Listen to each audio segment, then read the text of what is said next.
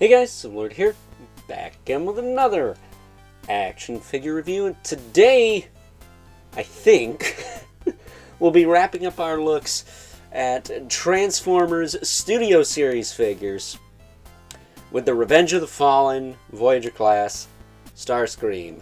The last Revenge of the Fallen Decepticon I own because I don't have Soundwave and I don't have Sideways.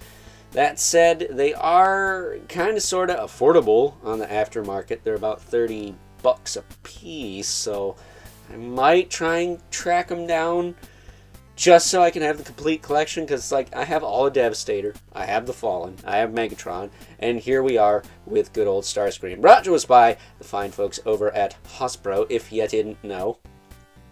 And it just occurred to me that this guy, along with the Megatron we looked at yesterday, depending on when this is uploaded, they came out in 2019. Yeah, that's the 10-year anniversary of Revenge of the Fallen, genius. So, I guess that makes perfect sense.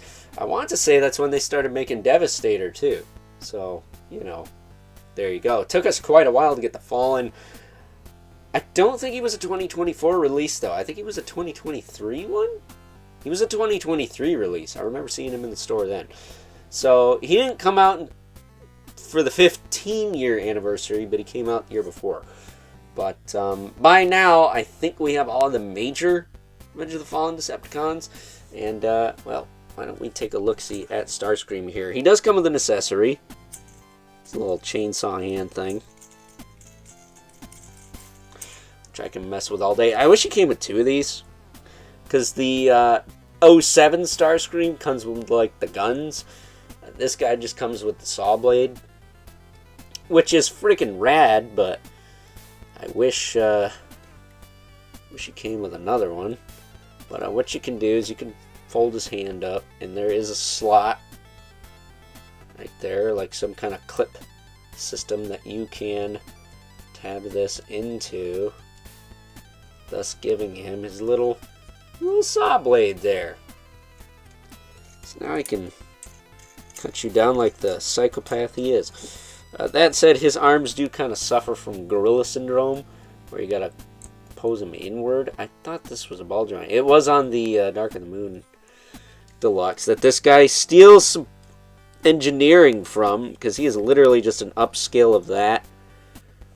Which, not for nothing, I think that's freaking genius, because this mold is pretty good. Like, not much you can do to fix it.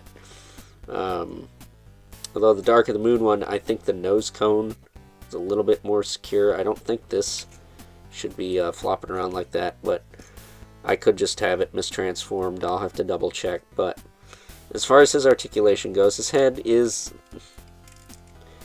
not moving. Why is that? Oh, that's why. It was stuck in his... I knew something was up with that. But there we go. Yeah, there. That makes more sense. His head was stuck inside of him. But he can look up. He was looking up before. Can rotate. He doesn't have any tilt because he's got a big fat neck. Is that what that is? That's probably a neck. I don't think that's like his cheeks or whatever. I think this is his face and this is his neck. But I could be wrong about that. Shoulders go out, back down. They will rotate full 360. He's got a bicep swivel right here. Double jointed elbow thanks to transformation. But unfortunately, this bottom joint is not a ball joint like on the deluxe class. So you are kind of stuck with it in gorilla pose if you want to use the saw blade weapon. That said, his hands are on ball joints, which I don't think was a thing with that Dark of the Moon Deluxe before, so that's a nice added bonus there. So more options for posing. His hips can kick out, back down. He can rotate forward and back. He's got... Does he have a thigh cut? I thought he did. No thigh cut, huh? Just a regular... There is no thigh cut up in here. That seems kind of odd that a Voyager doesn't have a thigh cut. Nothing? Absolutely nothing. No thigh cut. Alright, that sucks. I thought he had one. Single jointed knee. No swivel in that or anything. And he's got the hinge here with a swivel. And new rocker. So maybe it's high time this mold gets a bit of an update so we can get some rockers in here. And a thigh cut, for crying out loud. There's plenty of space for one. I can't believe he doesn't have it. That or it's just stuck. I don't think so, though. It doesn't feel like there's anything going on there. That's a bummer. Alright. This figure's not as good as I thought it was. The alt mode is. The alt mode's still just as good as I thought it was, but this is leaving a bit to be desired right now. What the deuce? So, I'll just turn this like this. I mean, whatever. Does it matter? Does it really matter? He's a little tricky to stand. He's got the classic Bayformer chicken leg thing going on. Which I like aesthetically, but it is a bitch for action figures. He's probably one of the better examples that had actually working out worth a dagnab, so I'll cut him a little slack. Actually, I just remembered I don't have Grindor either. I should look that dude up. He's the big, like, white helicopter dude. He's basically a white blackout. That sounds wrong. But I just remembered I do not have him either. So I'm in the store, but didn't buy it because stupid, I guess. But there is Starscream, standing tallish. We have our two regulars, the Mythic Legion's Brother Mandibilith, and the infamous 11 Spawn. As usual, towers. Actually, yeah, he is taller.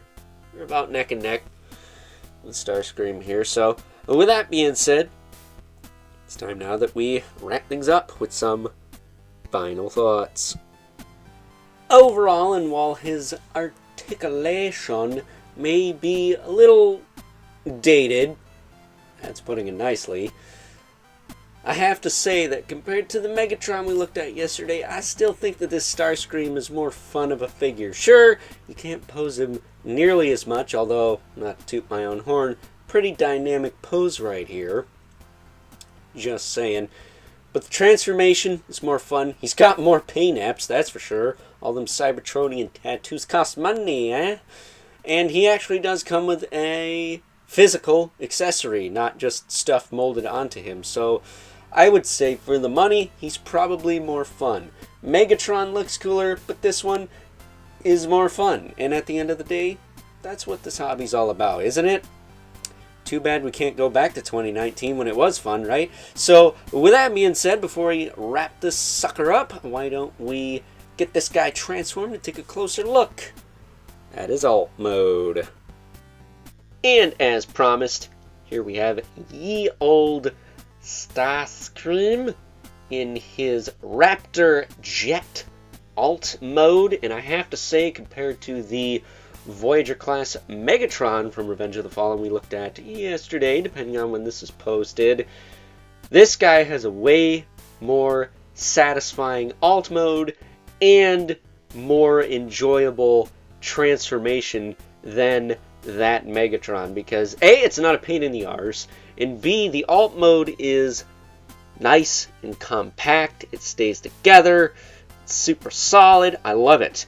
Despite the fact that it was ripped from the Dark of the Moon Deluxe class. I know a lot of people are kind of poo-poo that this guy is basically an upscale Deluxe class. They want a challenge. I get it, but here's the deal. If it ain't broke, don't fix it. And that Dark of the Moon Starscream was pretty peak for the time. So the fact that they went and upscaled it made it even better.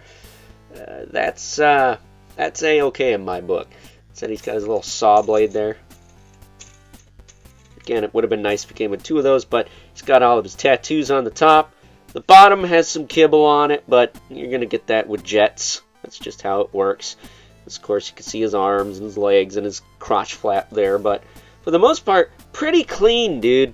I really like this figure. I really like this alt mode. You get a good look at all those tattoos on the top, too.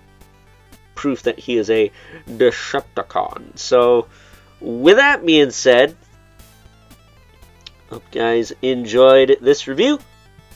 And until next time, I'll catch you guys later.